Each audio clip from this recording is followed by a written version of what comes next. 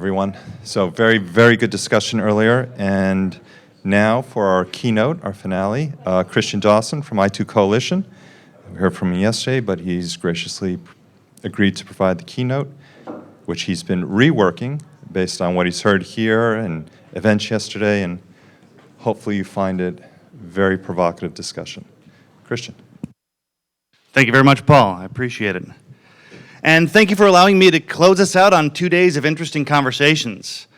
I now get to provide a synopsis of where I feel we're at in the DNS industry today, and at the end I'll turn to you to react to my thoughts and to share some of your own. I've only been in the ICANN-related world for like 3 years, but at this point I can't imagine having a talk like this without an open mic portion. When Paul and Beth reached out to me last month to talk about what I wanted to talk about, I chose digital conversions as my theme. And I find it interesting that it was just this past week that the iPhone 7 was announced. How many of you guys are going to get that? Anybody? A couple? Okay, that's fine. There's an interesting significance of them getting rid of the headphone jack that I don't think has been talked about much. It's the last analog piece of tech in a device that's now at the center of our daily lives. Your phone is now the center of your banking information, your healthcare information, your movies, your music, your correspondence, the ways that you engage with your friends and your business partners. It's a converged device, and now it's completely digital. And the iPhone came out in 2007, 9 years ago, and look how the world's changed. I have a 9-year-old son. He's amazing, he's brilliant. He's changed my life in ways that I can't believe, but he's 9. His future's ahead of him. And his true impact on the world is only going to grow. The same is true with the future of these connected devices. ICANN was created in 1988, only 9 years longer than that. And now we stand poised on a complete privatization of the domain name system, a sign of the maturity of that system, but this is just the beginning. We're 18, and we're just leaving the home. There's still a whole life to live. The commercial internet's only also about twice as old as the iPhone. I joined the industry in 1995, 3 years before the formation of ICANN. And my job at that point was convincing companies that they should explore maybe getting one of these things called a website, right? That time led me to a philosophy that I now bring to engaging in policy discussions around our industry.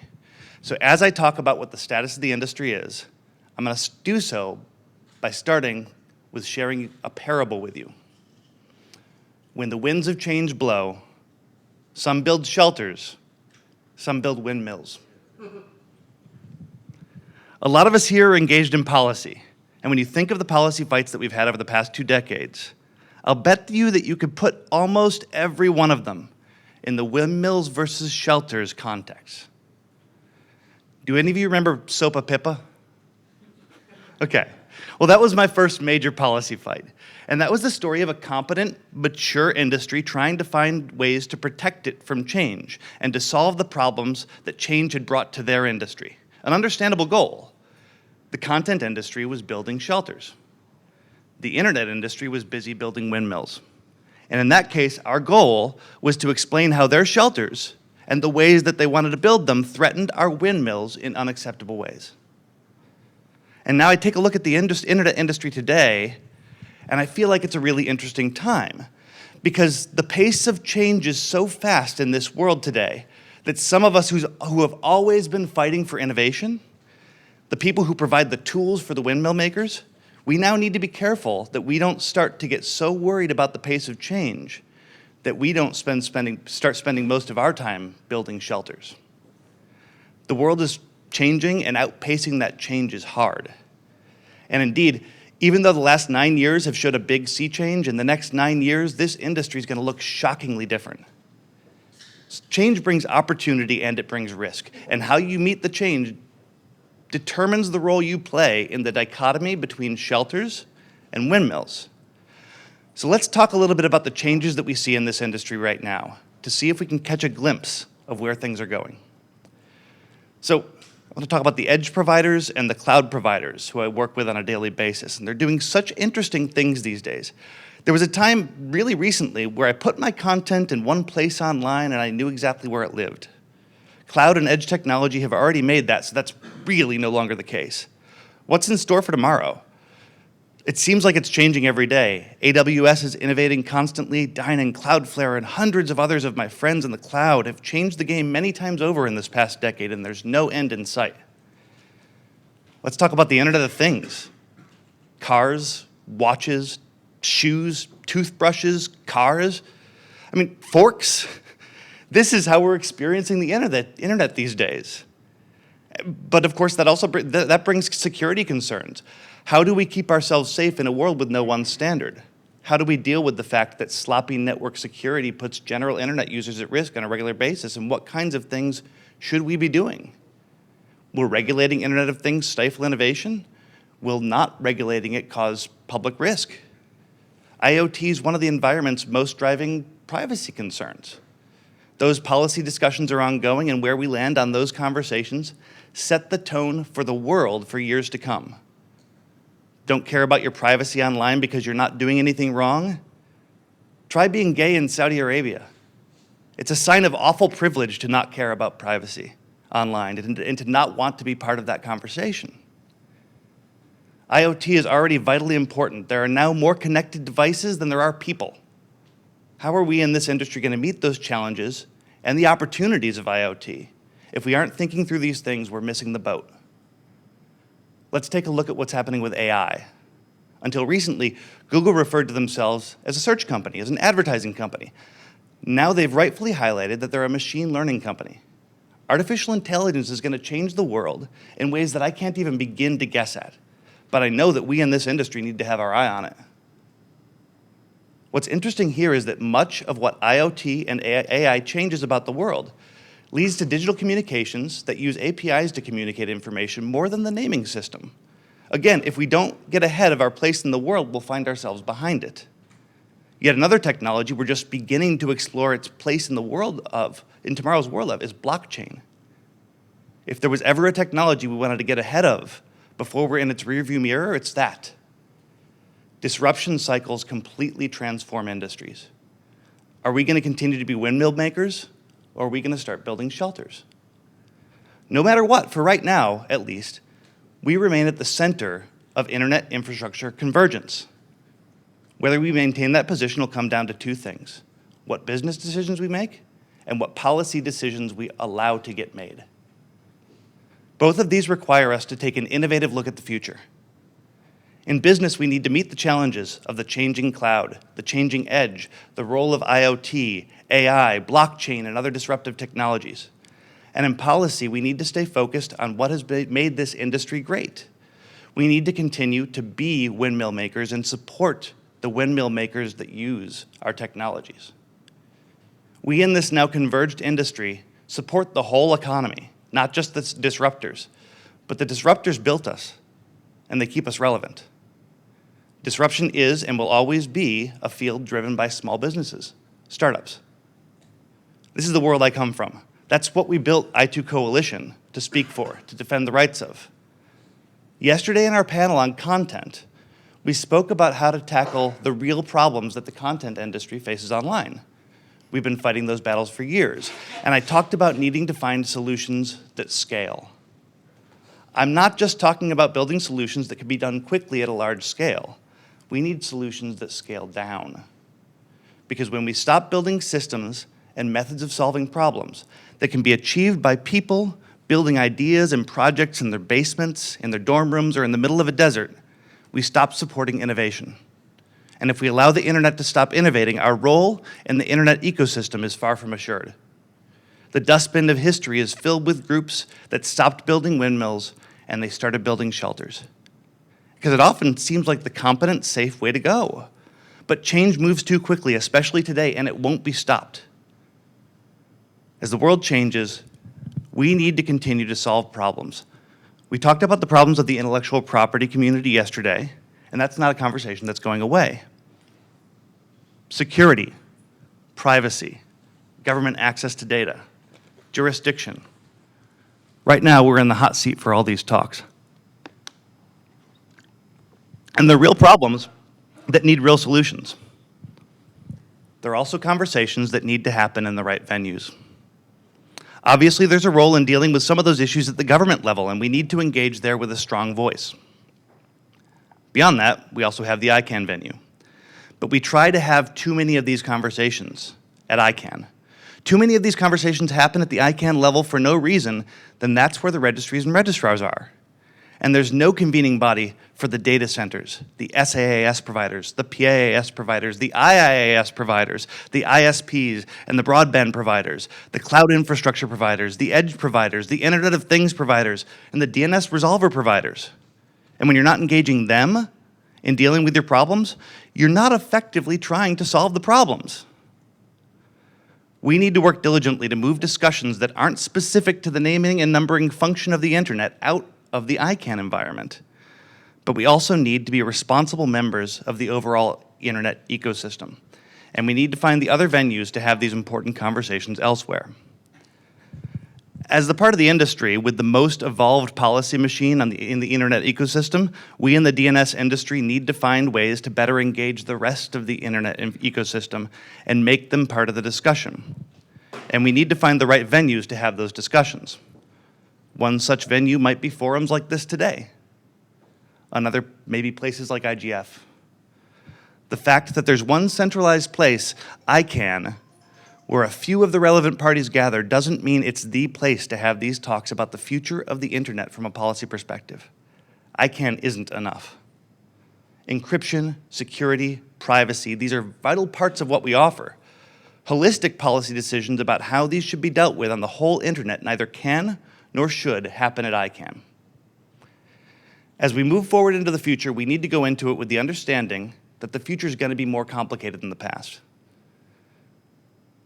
And that it'll take all of us, including the vastly underrepresented rest of the internet ecosystem, to forge the right path forward. The internet's a network of networks that exists because the people that run them agree that it exists. It'll change more in the next 9 years than it did in the last 9. We increase our opportunity when we work together to make a safer, more secure internet, but we need to put a lot more effort into finding the right venues to do that in. Here are a couple of things that those in the DNS community can do to ensure that as we grow and fight for the future of innovation on a free and open internet, we're also continuing to make sure that we have a relevant part in that future. Let's go back to talking about AI. The way that AI is most likely to be effectively operationalize itself from a business perspective is to be heavily centralized. It's not too hard to imagine a near future where you get 90% of your information from Siri, from Alexa, from Cortana, who could connect via API to information that doesn't need to leverage the naming system, even if it does today. Tesla and Uber are connecting a worldwide network of transportation in similar ways. These are all examples of technologies that are changing the world, and none of them are bad things. They're exciting. But it's evident that AI can lead us down to connected technologies that can outpace the DNS community. These are guideposts for the DNS community.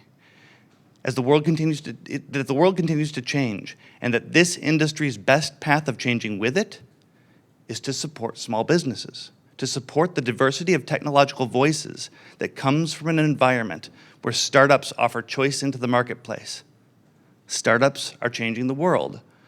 They should be doing so with technologies that the DNS community helps develop that meet the needs of tomorrow's world. If there are only 4 or 5 paths in the future that we all use to get our information, that's not healthy for the DNS. The internet thrives on being driven by small to medium-sized businesses, or SMBs. Supporting SMBs is supporting the DNS community. Fighting for the future of the internet and for this community needs to go through fighting for small businesses and fighting for environments in which people with ideas starting from nothing have a chance to compete. We need to stop thinking of ourselves as being in the internet industry. We're at the heart of the complete technological convergence. What we do is healthcare. What we do is defense. What we do is education. What we do is business. And what we do is social engagement. We are at the center of everything, and we need to stop thinking what we are doing is niche.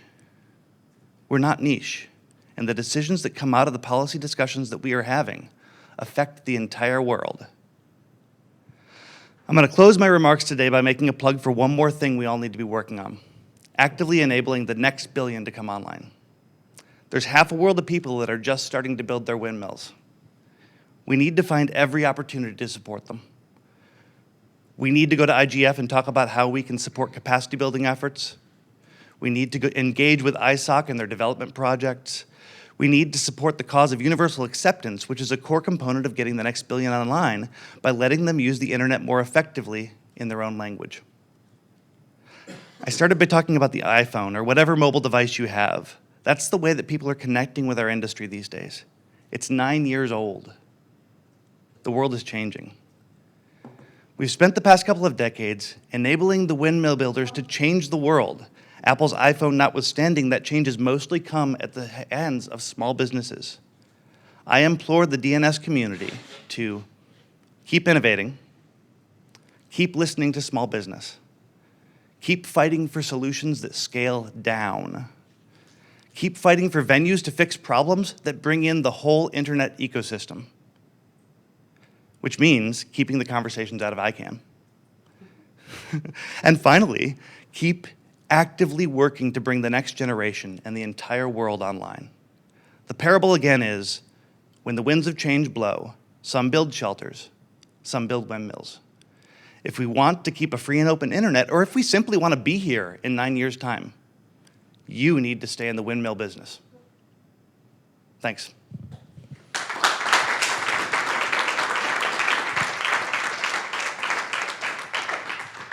So, now is the open mic portion where, again, we're going to take a look at, you can talk about my reflections on the industry and what I've heard over the past couple of days. We can take a look at your observations of what you've discovered over the past 2 days and what you want to talk about. The floor is yours.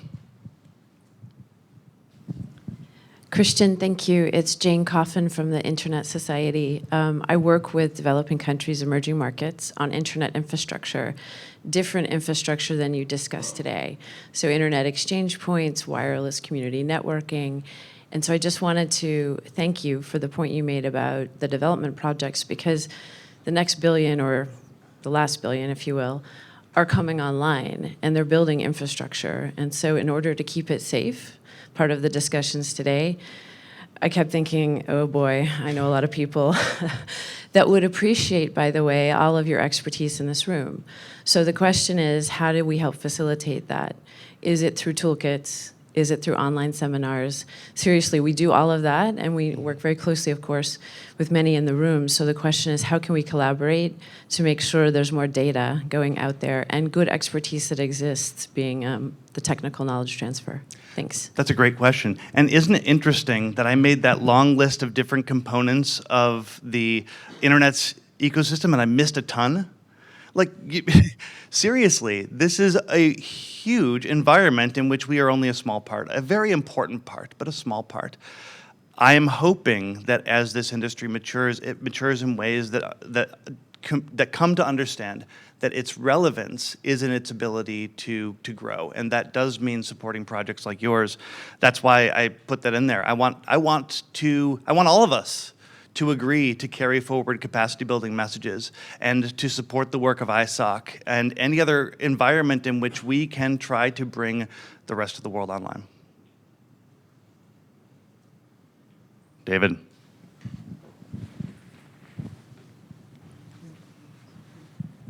Thank you, Christian. That was just brilliant. That was wonderful. I'm David Viorst.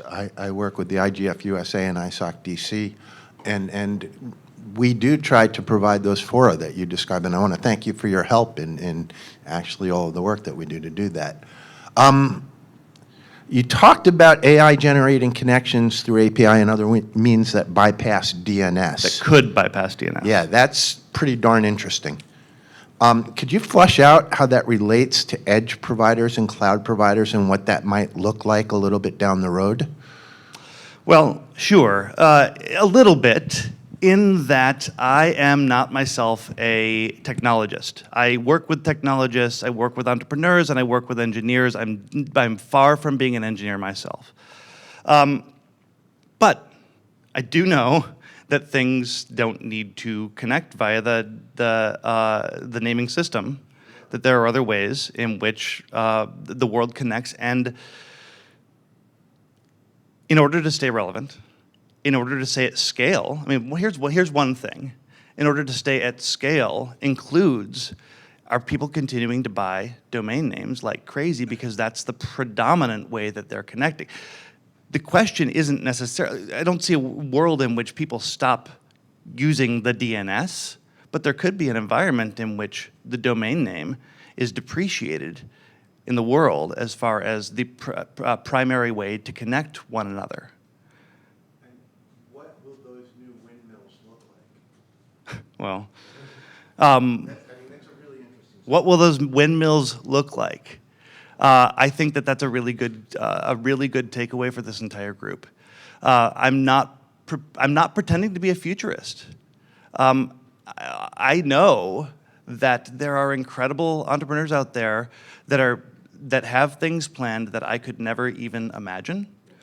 And all I want to do is prepare people for that, to say, don't rest on your laurels and keep your ear to the ground.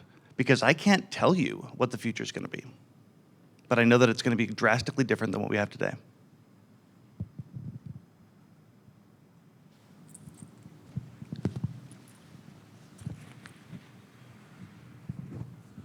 Thank you, Klaus Stolz, Progress Group. I think the depreciation of the domain names already happened. I mean, the domain name basically today has become a throwaway product for $1.99 somewhere, and that's wrong, and that's a problem.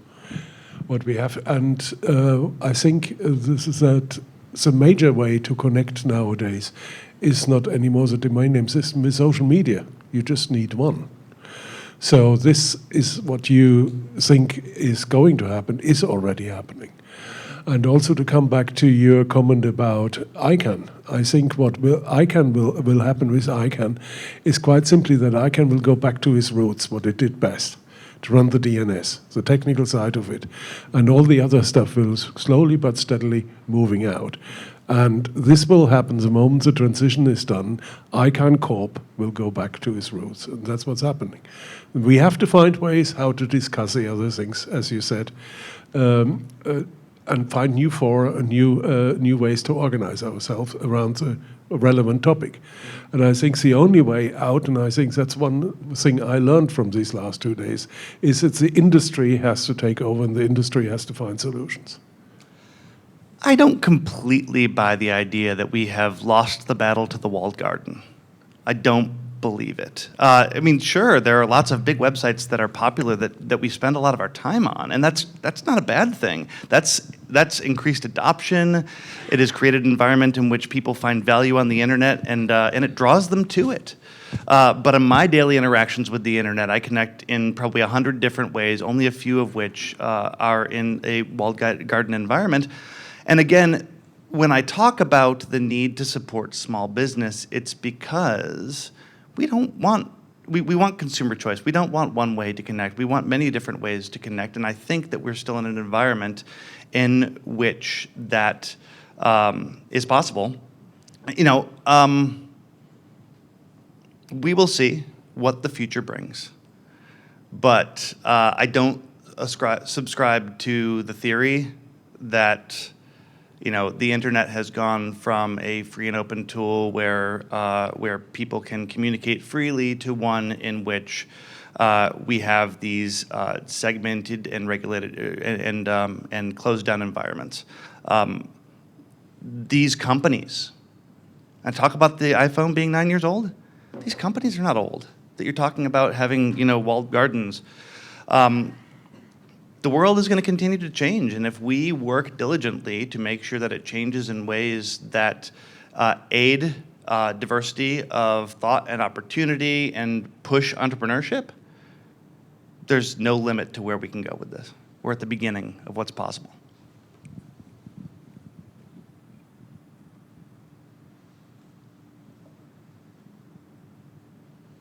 More thoughts, more questions?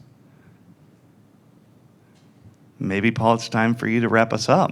That's happy to do so, Christian. Thank you very much. And as you offered, you presented a lot of thoughts, hard to wrap our heads around so quickly or in the moment. But Christian has offered to provide a text version of his thoughts. And we will post that along with the recordings of the last day and a half sessions that will be available at the ISOC DC site where we've been live streaming all this. So any things that were discussed over the last day and a half, colleagues that didn't have an opportunity or you want to refresh your memory, you want to use any of the content for your organizations, for your own educational, promotional, et cetera, efforts, it'll all be there, and we'll look forward to reading the thoughts as well as hearing them.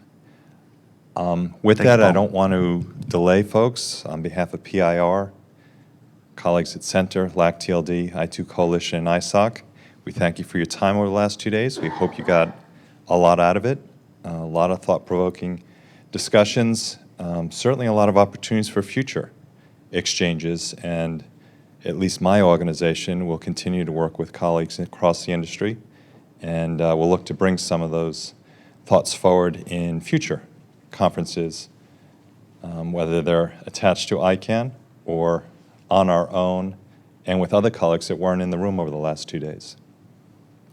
So with that, we thank you for your time, and everybody go enjoy another great day in Washington.